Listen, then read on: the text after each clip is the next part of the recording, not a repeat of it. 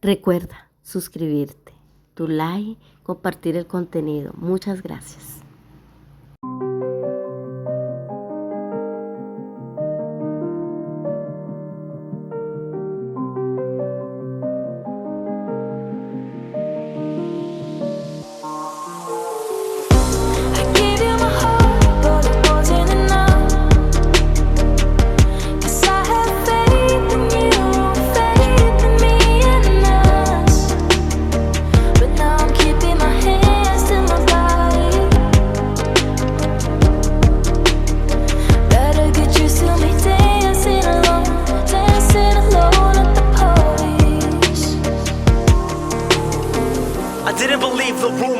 I didn't believe it was you.